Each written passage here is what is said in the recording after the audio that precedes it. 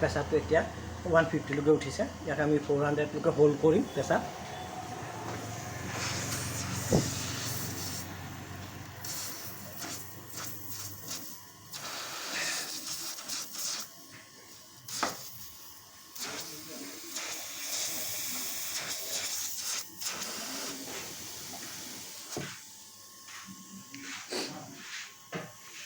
ফেন মটৰটো বাকী চব ঠিকে আছে।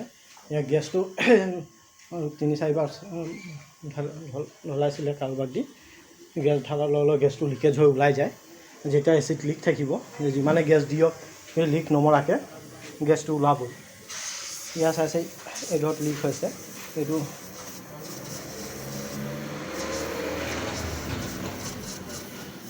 অলপ চাহ বনাই ল'বি। বেলেগ